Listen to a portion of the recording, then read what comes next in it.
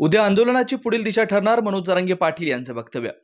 स्वतंत्र मराठा आरक्षणाचं स्वागत करतो, सगळे शहरांची अंमलबजावणी करा, अधिसूचनेची अंमलबजावणी करा, उद्या आंदोलनाची घोषणा करणार आहे। आमच्या हक्काचं ओबीसी आरक्षण द्या, सरकारने दिलेलं आंदोलन कोर्टात टिकेल का? आम्ही आमचा हक्क मागतोय। उद्या दुपारी 12 वाजता अंतरवाली सराटी येथे बैठक घेणार, तीव्र उपोषणाला करणार आहे। हक्क नाही त्यांना आरक्षण, हक्क आहे त्यांना काही मिळत नाही। उद्या आंदोलनाची पुढील दिशा ठरवणार आहे। उद्या मराठा समाजानं अंतरवाली सराटीमध्ये यावं।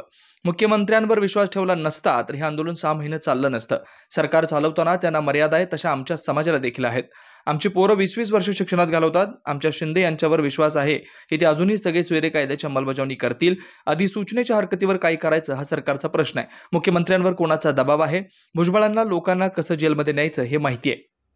आपण सातत्यानं बोलतो, इंदिरा साहनीचा खटल्याचा संदर्भ येतो, पण 22 राज्यामध्ये असं आहे की ते 50% पुढं आहे, त्यामुळे हे टिकणारच असा दावा या सगळ्या मुद्द्यावर मुख्यमंत्र्यांनी केला। आम्हाला त्याला भल्यात पडायचं ते टिकल का नाही, ते सरकारचं धोरण सरकार बोल। आता आम्हाला आमच्या पोरांचं वाटोळं करायचं नाही ना, आम्हाला बेसावत पण राहायचं। आम्हाला सगळ्या सोयऱ्यांची अंमलबजावणी पाहिजे। त्याच्यासाठी उद्या 12 वाजता बैठक आहे। आम्ही आमच्या पुढच्या आंदोलनाची दिशा ठरवणार आहेत, शांततेत होणार आहे। ते त्यांच्या शब्दापासून हटत नाही तर आम्ही सुद्धा आमच्या आंदोलनापासून हटत नाही, कारण त्यांनी अंमलबजावणी करणं गरजेचं होतं। आपण आजपासून सरकारच्या सलाईन फलाईन सगळ्या बंद केल्या, हे तुमची सलाईन लगेच काढून आम्ही उद्या त्याला ठरवणार आहे तुमच्या, कारण आम्ही आमच्या लेकरांसाठी आम्हाला काय बोलतो। पण आता 6 महिन्यांचा वेळ झाला, तुम्ही सातत्याने आता पुन्हा सरकार म्हणतंय की हरकतींचा अभ्यास करावा लागेल। निवडणुका होईपर्यंत सरकार वेळ काढूपणा करते असं वाटतंय का तुम्हाला? निवडणुकांसाठी सातत्याने वेळ वाढवून मागितला जातोय का? तोपर्यंत मराठा समाजा संदर्भात निर्णय दिला जात नाही। सगळ्या स्वाऱ्यांच्या बाबत मुख्यमंत्री साहेबांना कोणतरी काम करू देत नाही, म्हणजे मुख्यमंत्री साहेबांना करायचं परंतु कोणीतरी करू देत नाही असं तुमचं? 100%। त्यामुळे आम्हाला आमच्या सगळ्या सोयऱ्यांची व्याख्या आणि आमच्या व्याख्यासह आम्हाला ओबीसीला टिकणारं आरक्षण पाहिजे, त्याशिवाय आपण आंदोलनाला बसणार आणि इथून पुढे हटणार नाही। माझा मायबाप मराठा समाजाला दिलेला शब्द पाळणार, वेळेप्रसंगी जीव गेला तरी चालत, पण आपण हटू शकत नाही। कोण करू देत नाही? मागे बी तुम्ही एकदा असं म्हटलं, वेळ लागतो, त्यांची स्वतःची व्यक्तिगत इच्छा आहे।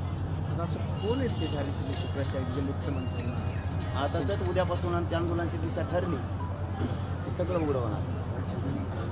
आत्ता या क्षणाला भुजबळ बोलत होते, भुजबळ असं म्हणाले की मला आरक्षणाचा विरोध करायचा नाही, पण जरांगे मला धमक्या देतात, मुख्यमंत्री उपमुख्यमंत्री यांना आईवरून शिव्या दिल्या, ही दादागिरी काय चालले, त्यांना अटक करणार आहे की नाही? SP अधिकाऱ्यांना ते भाडखाऊ म्हणतो, त्यांची दादागिरी बंद झाली पाहिजे असं भुजबळ म्हणतात। ते हेंगाड्याला का धमकी दिली? त्याला कोणी सांगितलं धमकी दिली?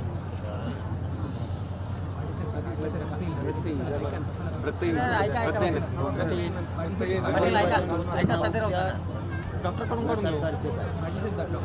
काढून घेऊन आपण डॉक्टरकडून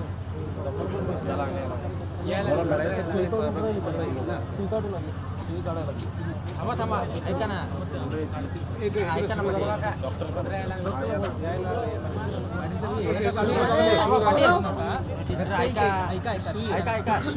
पाटील ऐका, तसं नका काढू पाटील, एक डॉक्टर पाटील ऐका ना, सलाईन बंद आहे ना, ते सुई राहू द्या ना, ऑलरेडी बंद आहे, सलाईन बंद आहे।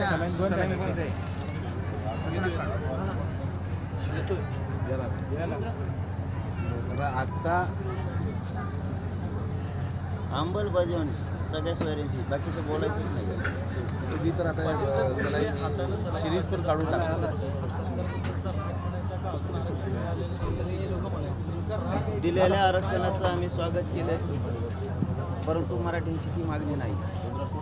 मराठ्यांची मागणी ओबीसी पण आमचं हक्काचं आरक्षण त्यासाठी पाहिजे, आणि अंमलबजावणीसाठी या समाजासाठी जीव द्यायची वेळ आली तरी हरकत नाही, मी हटू शकत नाही। पण गोरगरिबांच्या लेकराचं कल्याण करायचं आहे आम्हाला, आणि माझा मराठा समाजही, आम्ही उद्या त्याला निर्णय घेऊन पुढील आंदोलनाची दिशा फायनल ठरवणार। विवेक आहे सरकारबद्दल का मनात दुःख वाटतंय की इतका लढा सुद्धा तुमची जी मागणी आहे ती पूर्ण झालेली नाही? दुःख की राग, नेमकी भावना काय? त्यांना आता ते उद्या आमचा निर्णय ठरवा। माझं सरळ म्हणणं आहे की आम्ही संयमित आंदोलन, शांततेत होणारेच आंदोलनाची उद्या दिशा ठरणार आहे. महाराष्ट्रातल्या मराठा बांधवांना विनंती, उद्या अंतरवालीत बैठक 12 वाजता दुपारी. ज्यांना शक्य आहे त्यांनी यावं बैठकीला. शक्यतो सगळ्यांनीच यावं, कारण ही निर्णायक बैठक होणार आहे आणि आपल्याला निर्णय घेतल्याशिवाय पर्याय नाही. आपल्या मुलांना जर न्याय द्यायचा असला तर आपल्याला लढावंच लागणार आहे, त्याशिवाय गत्यंतर नाही आहे. ते आम्ही आता उद्याच्याला आंदोलनाची आमची दिशा ठरवू.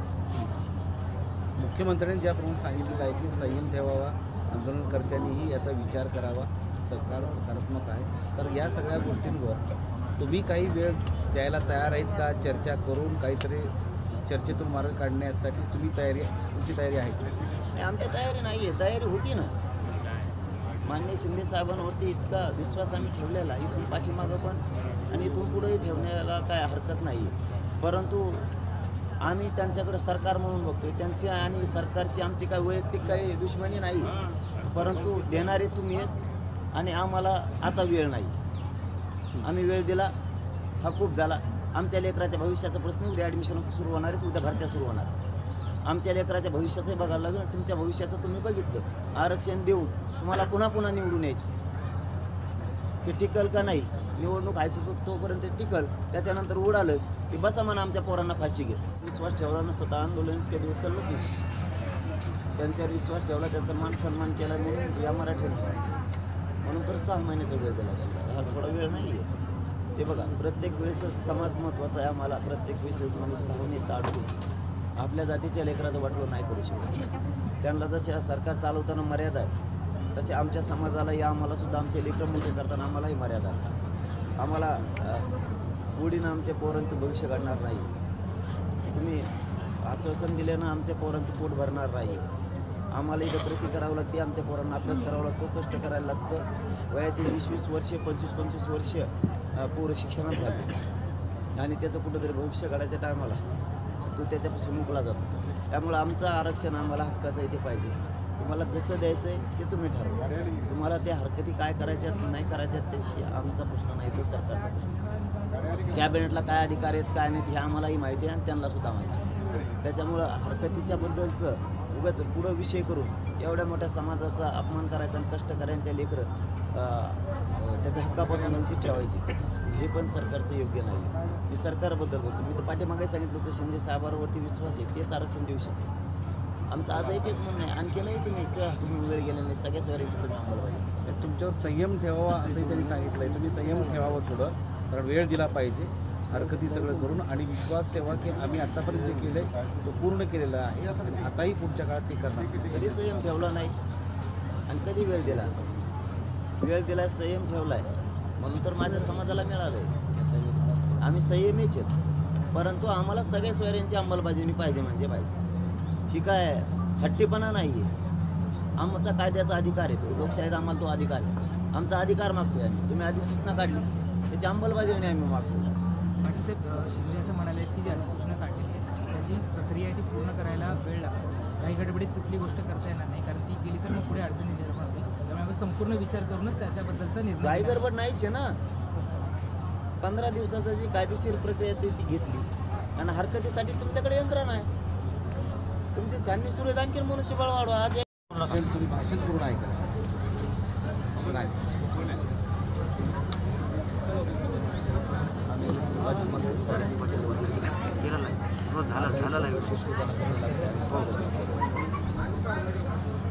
माझ्या करोडो मराठा समाजाचं मागणी आणि म्हणणं आहे की आमच्या हक्काचं ओबीसीतलं असणारं आमचं आरक्षण आमच्या कुटुंबी नोंदी सापडल्या नाही आणि ज्या मराठा बांधवांच्या राज्यभर कुटुंबी सापडल्या त्यांच्यासाठी सगळ्या सोयीची आपण अधिसूचना काढली, त्याची अंमलबजावणी. आम्हाला जे पाहिजे, जे हवं आहे ते आम्ही मिळवू. मग तिथं आंदोलनाची घोषणासुद्धा आम्ही उद्या करणार. हॅलो, मी पाठीमागेही सांगितलं होतं की ती आम्ही नाकारण्याचं काही कारणच नाही. परंतु टिकेल का ही शंका. ते राज्यापुरतं आहे आणि आमचं जे हक्काचं आहे ते राज्यापासून केंद्रापर्यंत त्यांचं आम्ही त्याबद्दल स्वागतच केलेलं आहे, आत्ताही करतो.